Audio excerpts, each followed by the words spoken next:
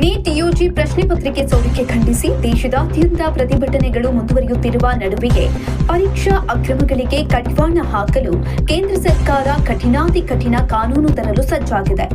ಈ ಪ್ರಸ್ತಾವಿತ ಕಾನೂನಿನ ಮೂಲಕ ಪ್ರಶ್ನೆ ಪತ್ರಿಕೆ ಸೋರಿಕೆ ಪ್ರಕರಣಗಳನ್ನು 3 ತಿಂಗಳೊಳಗೆ ಇತ್ಯರ್ಥಗೊಳಿಸುವ ವಿಶೇಷ ನ್ಯಾಯಾಂಗ ವ್ಯವಸ್ಥೆಯನ್ನ ಜಾರಿಗೆ ತರುವ ಹಾಗೂ 10 ಕೋಟಿ ರೂಪಾಯಿವರೆಗೆ ದಂಡ ವಿಧಿಸುವ ಉದ್ದೇಶವಿದೆ.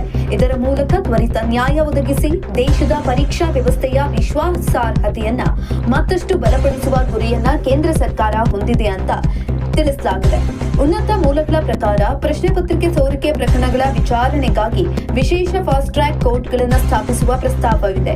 ಈ ನ್ಯಾಯಾಲಯಗಳು ಪ್ರಕರಣ ದಾಖಲಾದ ದಿನದಿಂದ 3 ತಿಂಗಳೊಳಗೆ ವಿಚಾರಣೆಯನ್ನ ಪೂರ್ಣಗೊಳಿಸಿ ತೀರ್ಪನ್ನು ನೀಡಬೇಕಾಗುತ್ತದೆ ಎಂಬ ನಿಯಮವನ್ನ ಕಾನೂನಿನಲ್ಲಿ ಸೇರಿಸುವ ಸಾಧ್ಯತೆ ಇದೆ. ಪ್ರಸ್ತಾವಿತ ಹೊಸ ಕಾನೂನಿನ ಅನ್ವಯ ಪ್ರಶ್ನೆ ಪತ್ರಿಕೆ ಸೋರಿಕೆ ಜಾಲದಲ್ಲಿ ಭಾಗಿಯಾಗುವವರ ವಿರುದ್ಧ ಅತ್ಯಂತ ಕಠಿಣ ಶಿಕ್ಷೆಯನ್ನ ಪ್ರಸ್ತಾಪಿಸಲಾಗಿದೆ.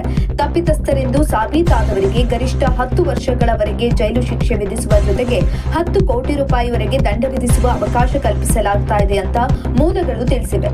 ಇದು ಸಂಘಟಿತ ಪರೀಕ್ಷಾ ಅಕ್ರಮಗಳ ವಿರುದ್ಧದ ಅತ್ಯಂತ ಕಠಿಣ ಕಾನೂನುಗಳಲ್ಲಿ ಒಂದಾಗಲಿದೆ ಅಂತ ಹೇಳಲಾಗ್ತಾ ಇದೆ. ನೀಟ್ ಯುಜಿ ಪ್ರಶ್ನೆ ಪತ್ರಿಕೆ ಸೋರಿಕೆ ಪ್ರಕರಣ ಖಂಡಿಸಿ ದೇಶದ ಹಲವು ಭಾಗಗಳಲ್ಲಿ ವಿದ್ಯಾರ್ಥಿಗಳು ಪ್ರತಿಭಟನೆ ನಡೆಸುತ್ತಿದ್ದು, ಪರೀಕ್ಷಾ ವ್ಯವಸ್ಥೆಯಲ್ಲಿ ಪಾರದರ್ಶಕತೆ ಹಾಗೂ ಹೊಣೆಗಾರಿಕೆ ಹೆಚ್ಚಿಸುವಂತೆ ಒತ್ತಾಯಿಸುತ್ತಿದ್ದಾರೆ. ಇದರ ಮಧ್ಯೆಯೇ ಇಂದು ಪ್ರಧಾನಿ ನರೇಂದ್ರ ಮೋದಿ ಅವರ ನೇತೃತ್ವದಲ್ಲಿ ಕ್ಯಾಬಿನೆಟ್ ಸಭೆ ನಡೆದಿದ್ದು, ಕಠಿಣಾತಿ ಕಠಿಣ ಕಾನೂನು ತರಲು ಸರ್ಕಾರ ಮುಂದಾಗಿದೆ.